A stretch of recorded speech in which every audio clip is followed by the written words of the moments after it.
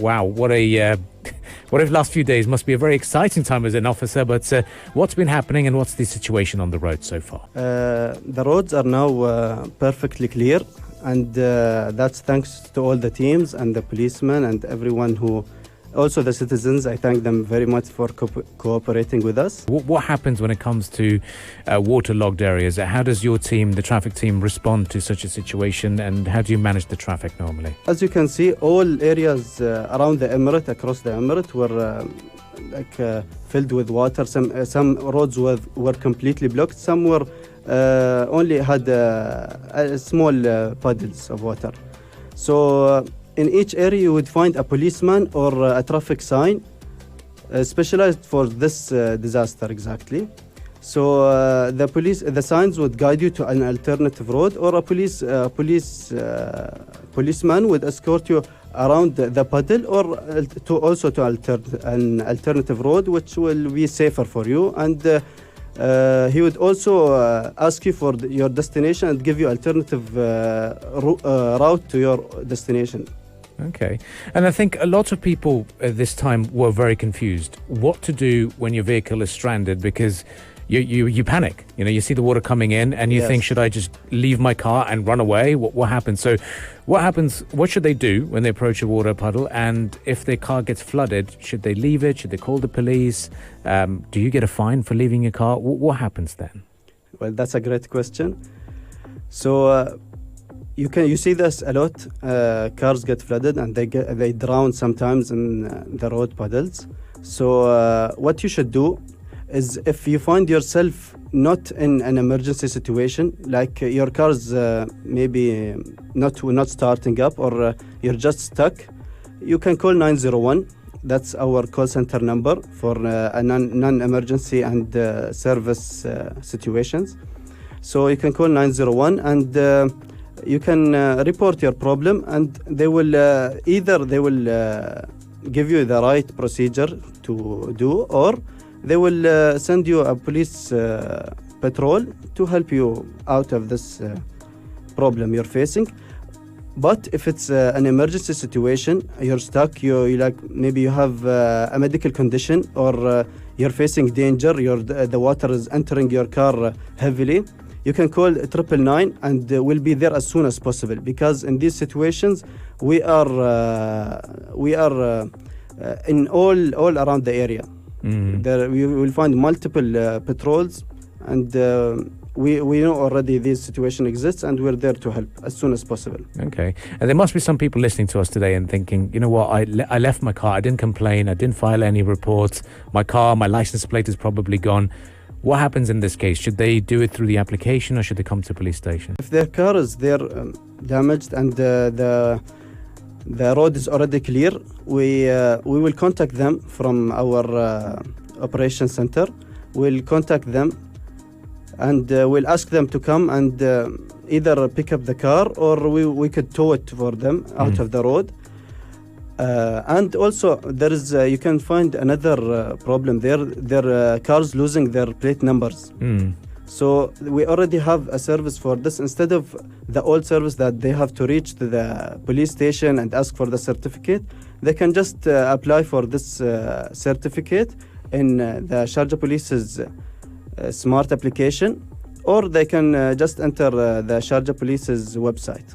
Okay. And apply for it, and they can get the certificate. Then just print the number in any registration center. Another thing is, do we have any advice for people when they're approaching a water puddle and they think, especially we've seen electric cars, they really do tend to struggle when it's a big puddle. Any word of advice for them when they see a big puddle? A lot of people think, khalas, if I rev the engine just like a sand dune, I'll get through. What would you like to say to them? Yes. What I advise them is that you should slow down before the water puddle. Take your precautions. Take your time. If you see that the water puddle is it's not very high, it's not wavy, it's like the conditions are clear, you can proceed slowly. If you find it like difficult and rising, because it tends to not be clear at the beginning. It seems like it's easy. When you enter it, you get stuck. So you should really check it out before entering, or see if there is any cars ahead of you already passing. Just keep a safe distance between you and them, and water can be tricky when you enter with a speed. It could really affect your car heavily, because water is not thin. It's really heavy in waves when you enter in a high speed. So just keep a space between you and the other car.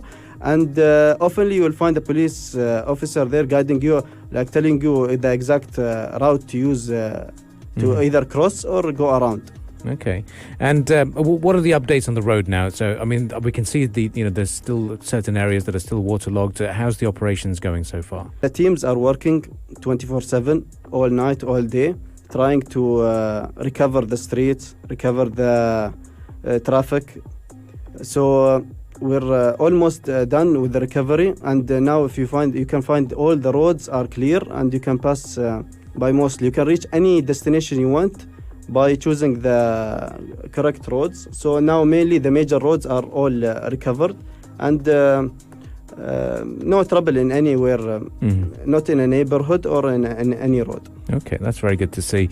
And in terms of your word of advice to those who want to use this time to say weather's amazing, khalas, I'm going to the wadis, going to all these places. People don't seem to understand when it comes to dangers. What would you like to say to that? So first of all, in the law of the traffic in UAE, there is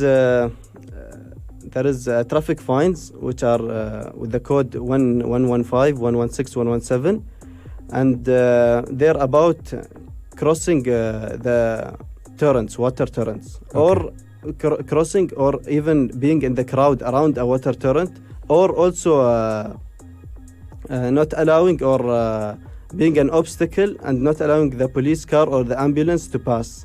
So these are all fines. So what I advise is to stay away from any and these fines are not simple. They are heavy fines, and they are considered the harsh fines. Yeah, that's because it's the water torrents are very dangerous and can cause a high risk to you and to other people. From the Sharjah Broadcasting Authority and the general public, we can thank you and the entire force for the work you guys have done, because this is unprecedented. We've never seen this kind of rain in 75 years, and the swift response you've done within 2 days, we've been able to get the city back on track, is truly commendable, and a fantastic job, and kudos to you guys. Thank you very much for joining us. Thank you. It's my pleasure, and I also give my thanks to all the citizens, because I really witnessed citizens coming down the road and helping the policemen very much. And I thank also that all the teams working 24/7 trying to recover from this disaster. Thank you very much for joining us. First Lieutenant Sultan Al Tunaiji from the Traffic Department of Sharjah Police. If you'd like to catch this discussion as a podcast, you can do so on SoundCloud, Apple Podcasts and Spotify. And you'll also find a video interview on our Pulse 95 Radio Instagram account. Thank you all for tuning in. And once again, if you've got any questions, you can do so on the text lines 4215.